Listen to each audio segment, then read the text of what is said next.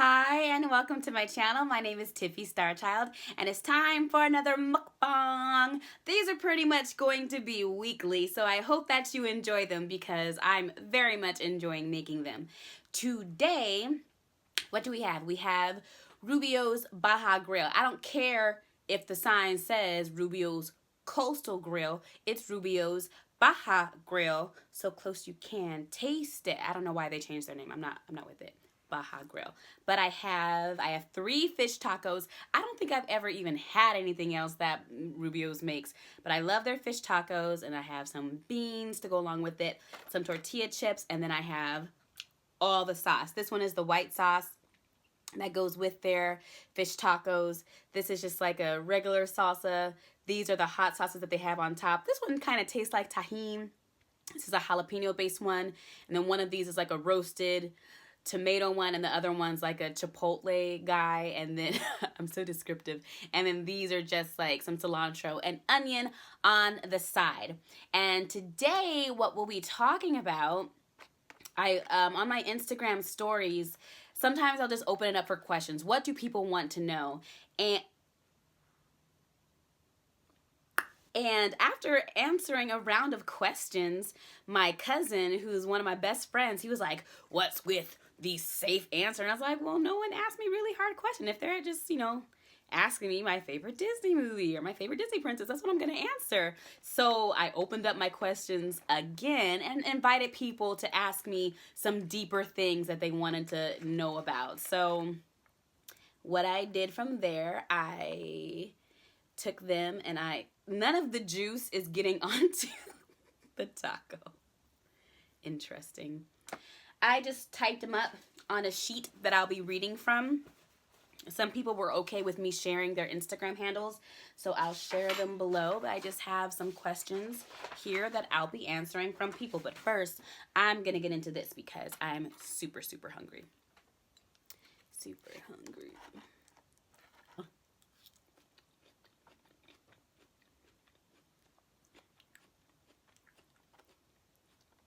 I love the sauces at Rubio's. You're my favorite sauce.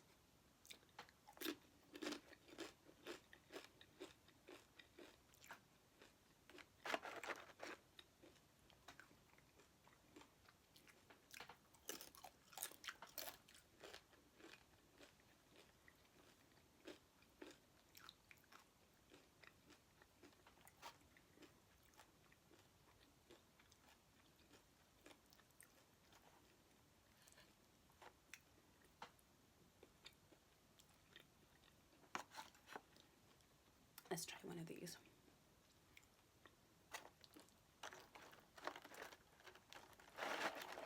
Oh, you're falling apart. Okay, so what I'll do.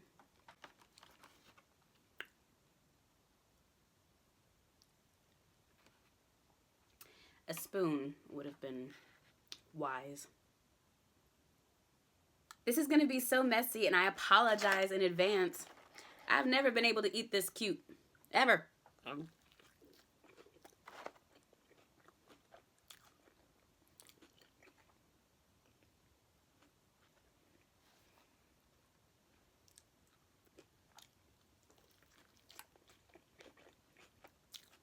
Messy.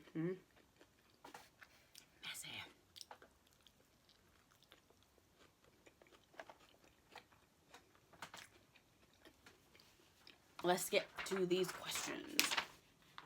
Why do you really not like Belle? So, when I was asked who my favorite princesses are, and I listed my favorite princesses on Instagram, but I mentioned that I can't stand Belle from Beauty and the Beast, and I haven't since I was a little kid, and someone was like, why? And now, just as like a quick little warning, it's not a real legit reason. I don't hate Belle, but for whatever reason, when I was a kid, I would have really vivid dreams. And I had a dream that I was at Disneyland, and it was nighttime. The park, I was about 7 years old. It was nighttime at the park. They're closing down. There was no one around. And I remember very vividly being lost and at the top of some stairs. It's not the setup of the Disneyland we know. You know how like in your dreams things are different, but that's the place and you just accept that in that dream reality. So I was at the top of some stairs. And then Belle comes over to me in her beautiful yellow gown and she's just, oh, are you lost? I'm going to help you. Just wait here. I'll be right back. And so I'm like, okay, cool. Belle's going to help me. I'll be good. And I'm sitting there at the top of the stairs for a while. And then the castle is right over on my right side and you can see like into the window. You can see silhouettes and things like that. And for whatever reason, don't know why I was having this type of dream at 7 years old, but I see her and the beast like approach each other. And, you know, I was 7, so I don't know. I guess they were kissing, but it didn't really make a whole lot of sense. At any rate, Belle definitely ditched me for her man, a lost child. And since that day, I have not liked Belle from Beauty and the Beast. Literally because of a dream that I had when I was a kid. It does not make sense. No, it's not a very good reason to not like a princess, but whenever I see her, that's the first thing that I think about.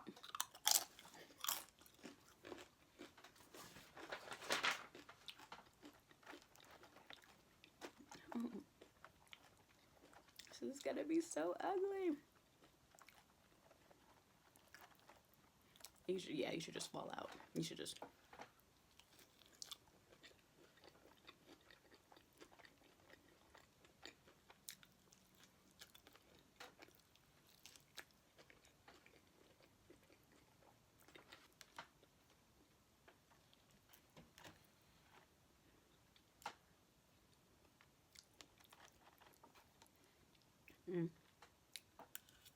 Just roasted chipotle. That's the best one for sure. Next question. What was the most embarrassing thing to ever happen to you? Like in my whole life? I would probably say in my adult life, probably the most embarrassing thing was like a breakup that I had gone through, I think 5.5 years ago. It'll be 6 years coming up. And that's just because like we had so many mutual friends and this dude moved on crazy fast. That was embarrassing to me. Besides the heartbreak, besides the feeling of betrayal, besides all of that bad stuff associated with the breakup, the shit was embarrassing. That's probably the most embarrassed I've been. I'm sure I'll think so. No, you know what? You know what else was embarrassing? I said it in the previous mukbang that I did. Losing my lead status at Disneyland was very, very embarrassing just because here I was, a supervisor, and then the next day, I'm not a supervisor. And like I mentioned in the previous video, years later, management was like, oh yeah, we knew that wasn't your fault the whole time. We just didn't know how to go about correcting it. Embarrassing.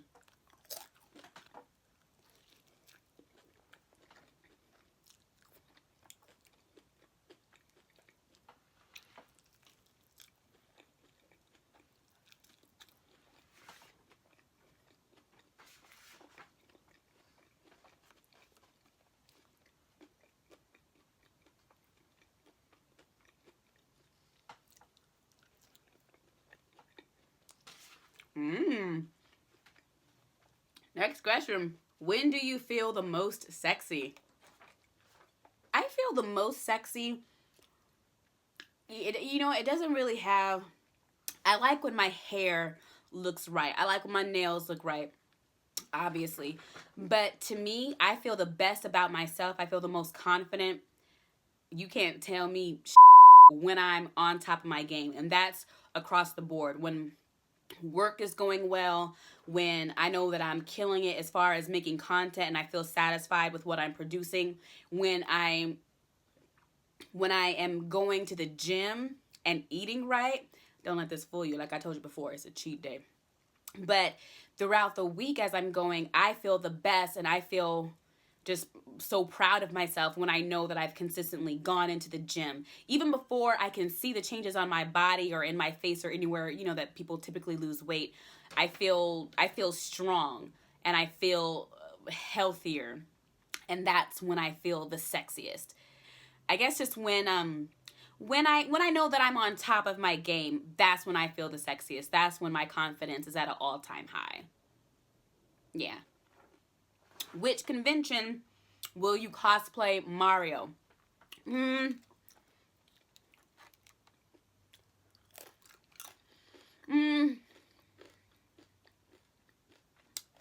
first Mario costume that I did, I'll never do that one again, because I think I debuted that one 4 or 5 years ago, and I've added to it in a lot of ways. Like, it's so simple, you know. It's the blue overalls, the red shirt.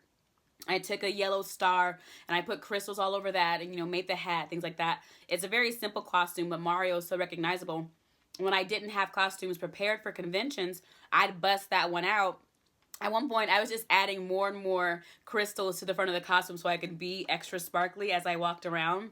I don't ever want to wear that costume again. Like, the goal is to always be producing more. I do really love Nintendo and Mario, so there's different versions of Mario that I want to do. I want to do the flame Mario next. You know, like when he gets the flower, then, you know, and then he can shoot fireballs. I will be doing that costume this year, and I'm going to make a video specifically about my cosplay plans. So be on the lookout for my video on that subject, and then you can know exactly where I'll be wearing those costumes, or exactly where I plan to wear those costumes, because plans change.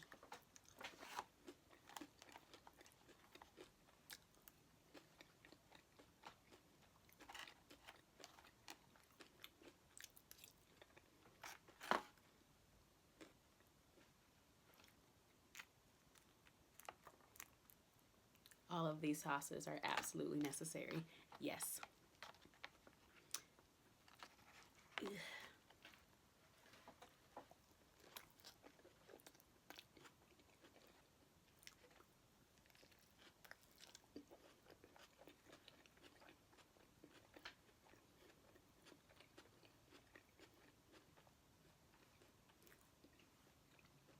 All right. What are your opinions on Frozen 2? I don't have any opinions on Frozen 2. I'm not a big, huge fan of Frozen. But that's because, and I freely, sorry, there's like corn all up in here. Frozen, I think, is a gorgeous movie. I think that I just got too much Frozen at one time. And I had a best friend at the time. We are no longer friends, but she was completely obsessed with Frozen. So it was just Frozen all the time, Frozen all the time. And now I associate Frozen with her, and I don't like her anymore. So when I think of Frozen, I think of her, and I don't really care for that memory. But I do, like my friend Tiffany, she loves Frozen. So, and she heard that and she was just like, oh, blasphemy. And so I told her that I want to watch Frozen with her, someone else that really loves the movie, and maybe I'll have a more positive association with it. When the trailer comes out, and I didn't, and for all the Disney stuff I talk about, I purposely didn't make a video about the Frozen trailer because I didn't care that much. But I will admit that I am intrigued. I do want to go see it. I just didn't feel like sitting around and analyzing it. It looks dope. You know, Elsa running on the water. That's cool. That's awesome. You know, I'm with it. I didn't even notice that it was someone else besides Anna. Like, there was this other girl that can control the leaves and whatnot. I didn't even notice that that wasn't Anna. Like, I really was not that dialed in. I don't care that much. And this is not like a hard, I'm gonna hate Frozen forever, I'll never care. No, like, I'll totally go see it. If it's good, I'll ride for it. Things like that. If you guys want a review when the movie comes out, I'll give you one. Just let me know. But I'm not overly excited to see this film. What's your nationality? I'm blackity black, black, black.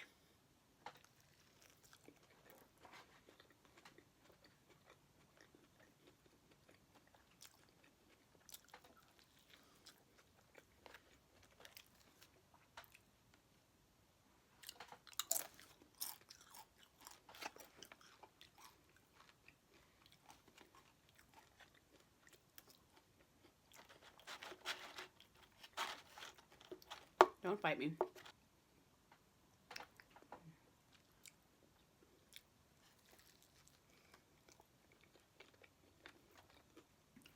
Have you ever received mean comments on videos or posts?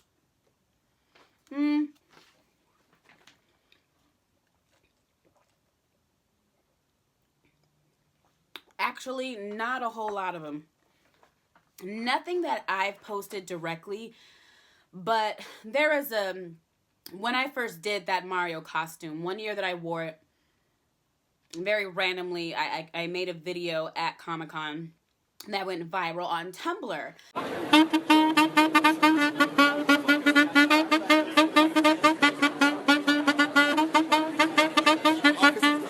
And it would be reposted places, and sometimes, because I be want to know what people say about me, I would read those comments. So it wasn't made directly to me, but if I can find the video, I'll post it here so you guys can see it. But it was a very random video, wasn't planned, felt good about it, didn't expect it to get popular that way. And most of the comments were amazing. And then someone was like, "Oh, she's a slut." And, you know, I don't think I even... Did I respond to that? I think some just kind person was like, "Why is she a slut?" And he was like, "Oh, her shorts are so short, so she's a slut." And I'm just like, you know, it didn't affect me at all. Like, my shorts were short. Does that make me a slut? Is there anything wrong if it did make me a slut? Like, I wasn't really affected by it.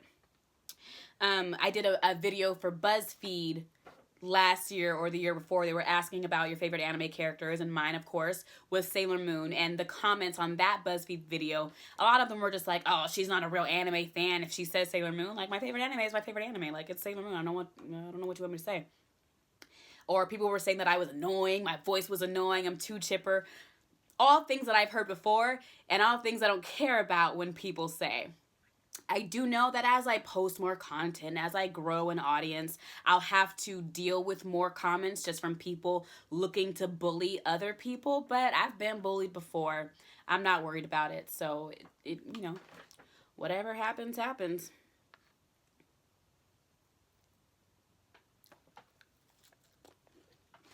That's good for the next question. Advice for staying true to yourself in a world full of judgmental people. What other people think about me is not my business. I know that for the Mario video 4 or 5 years ago, I went looking for comments to see what people were saying, but ultimately at the end of the day, what people think about me, if I'm not doing something to hurt people or to harm other people, if people just hold an opinion about me, especially if they don't know me, I'm not concerned about it. And a lot of the time, those negative, judgmental thoughts and comments that people have, it's much more a reflection of them than it is of me. So I can't be concerned. And that's a lot easier said than done. It's really easy to get caught up in what other people say and what other people think, what other people are telling other people. That friend that loved Frozen that I'm no longer friends with, our friendship ended in a big part because I found out that she'd been running around LA, because that's where I used to live, telling people my personal business and saying really damaging things about me that weren't true. That was from someone I called my best friend for the past 8 years of my life. So to see that they had a completely different opinion of me than I thought, that they were sharing this opinion freely with people, like, it was wild. That whole story was wild. I actually did record a video right after I found out. And ultimately, because I didn't want to put her on blast, I wasn't really ready to share that raw of an emotion because it was very hard for me. I decided to delete everything that I had recorded. But that was, I think, the hardest part. That was the hardest instance of, like, feeling so judged and knowing that she had gone around, because we run in the same circles, not knowing what she had told people or what people had heard about me, or maybe I'm not booking this job because people know her and they know that I'm associated with her. Things like that. That actually came to me a couple of years ago. Someone did tell me that people didn't want to book me for certain jobs because they knew that she was my friend. So they didn't know if I was like her. And at the time, I didn't get it. I didn't know what that meant. But that had an effect on me for a little bit. Just being constantly afraid of, like, what do people know about me? What do they think they know about me? What are they saying about me? And ultimately, like, you can drive yourself crazy trying to navigate through that. So I decided not to. If people choose to believe something that, an opinion that they've formed about me with no basis, or something that they've heard from someone who lies, who tells people's personal business, who embellishes things, if they choose to believe that, that's on them. The only thing that I can do is be myself, and my character will speak for itself.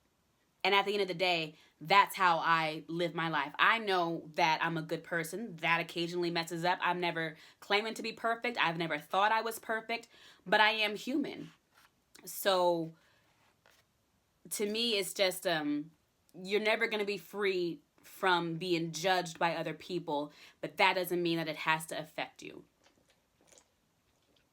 You just have to have a strong sense of self. You just have to know who you are and where you stand, and stay true to that.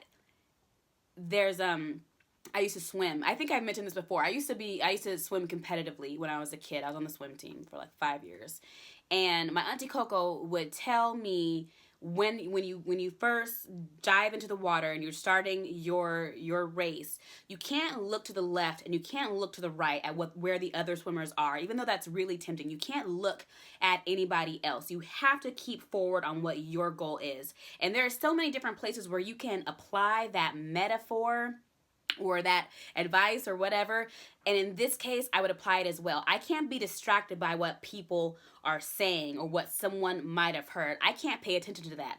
I have to keep an eye on what my goals are, and that's where I have to keep going. I just have to run my race. So if you're afraid of being judged, that's a natural fear. That's very valid, but don't worry about it. Be true to who you are. Be a good person. You know, what do they say in Cinderella? What is it? Be kind, have patience, take no something like that. I don't know.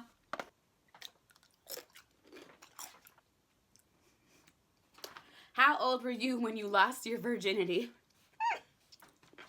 Girl, I was 16 years old, and my boyfriend at the time was also 16 years old. It was the first love of my life. Yeah. Yeah. Have you ever broken someone's heart? I'm not going to think so much of myself that, I don't know, broken someone's heart. I don't know. Only they know. I know that I've really hurt people. That first love of my life, I know I hurt him. But ultimately, and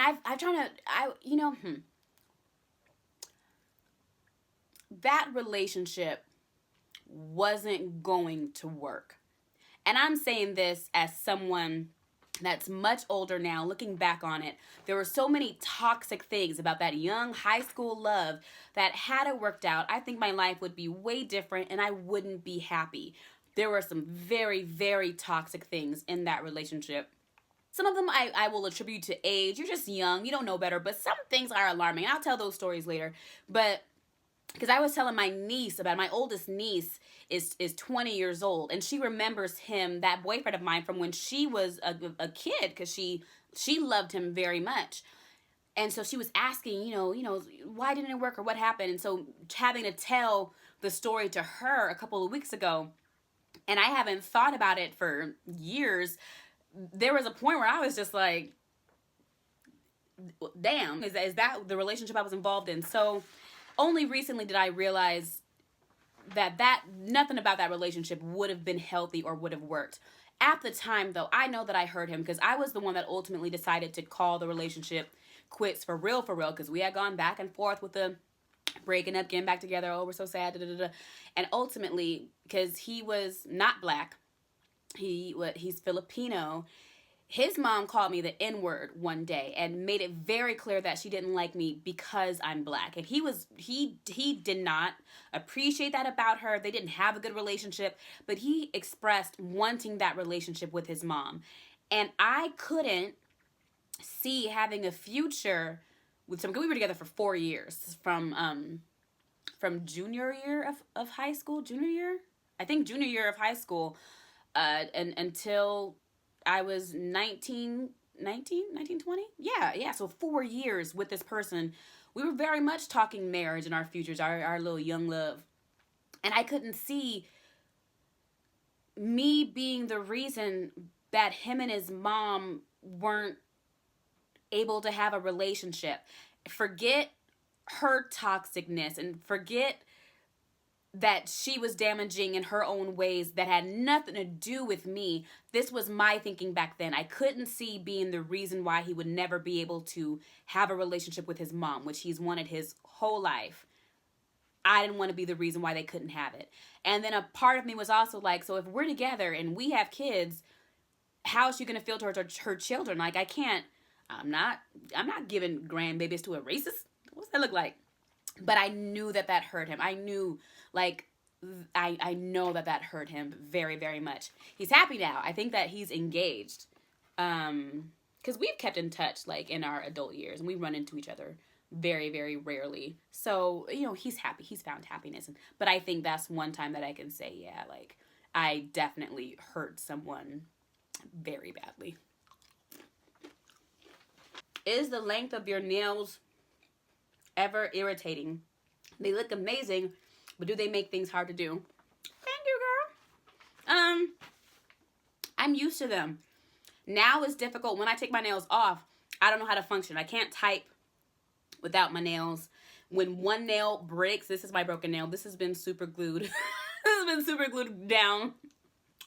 This has been super glued down for at least the past 2 weeks. I have a nail appointment literally after this. But when one breaks, it makes it very hard to type because just like one finger it's missing all the keys. Sometimes texting is difficult because I can't use like the tip of my thumb. I use the pad, and sometimes some days when I know I'm just having an off day, I'm hitting every wrong letter.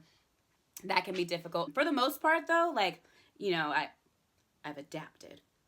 The nails and I, we're one. I feel strange without my nails, and the job that I'm getting ready to start, I have to cut them down, and which is also why I've had no nose ring lately. I'm not happy about it.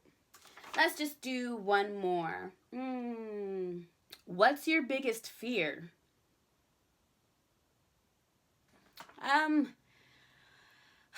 My biggest fear is that all of my dreams, all of the things that I want to do with my life, they're all so attainable. I know that I can make my dreams come true. And not to be cliched or anything like that, like that's just a fact. My dreams are very possible. I can have even my wildest dreams, they can come true. The only reason why they wouldn't is because of me. If I was depressed for about 4 or 5 years, depressed hard and saw the worst of me and lived the worst of me. I don't ever want to fall back into that state again. I don't ever want to procrastinate or be so anxious or afraid to do something that I don't put in a 100% effort to get what I want out of this life. So my fear is that somehow I sabotage myself from getting the things that I want and from achieving my dreams. That's my biggest fear in life. But that's deep. Okay, now is there any okay, one more. What was my first cosplay? Last question. First cosplay was Chi from Chobits.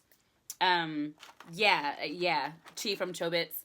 And I wore it to Anime Expo, and I felt super cute. Maybe I'll redo that costume one day. I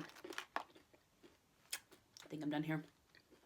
So if you have any questions that you want to ask me, feel free to ask away. I love answering these sort of questions, and get as deep as you want to. My only request, like I tell my folks on Instagram, don't get gross or inappropriate, and we'll be all right. Thank you so much for watching this video. Please give it a thumbs up below and subscribe to my channel. You can also follow me on Instagram, where I talk to people daily. I hope that you guys have a beautiful day, and I will see you next time.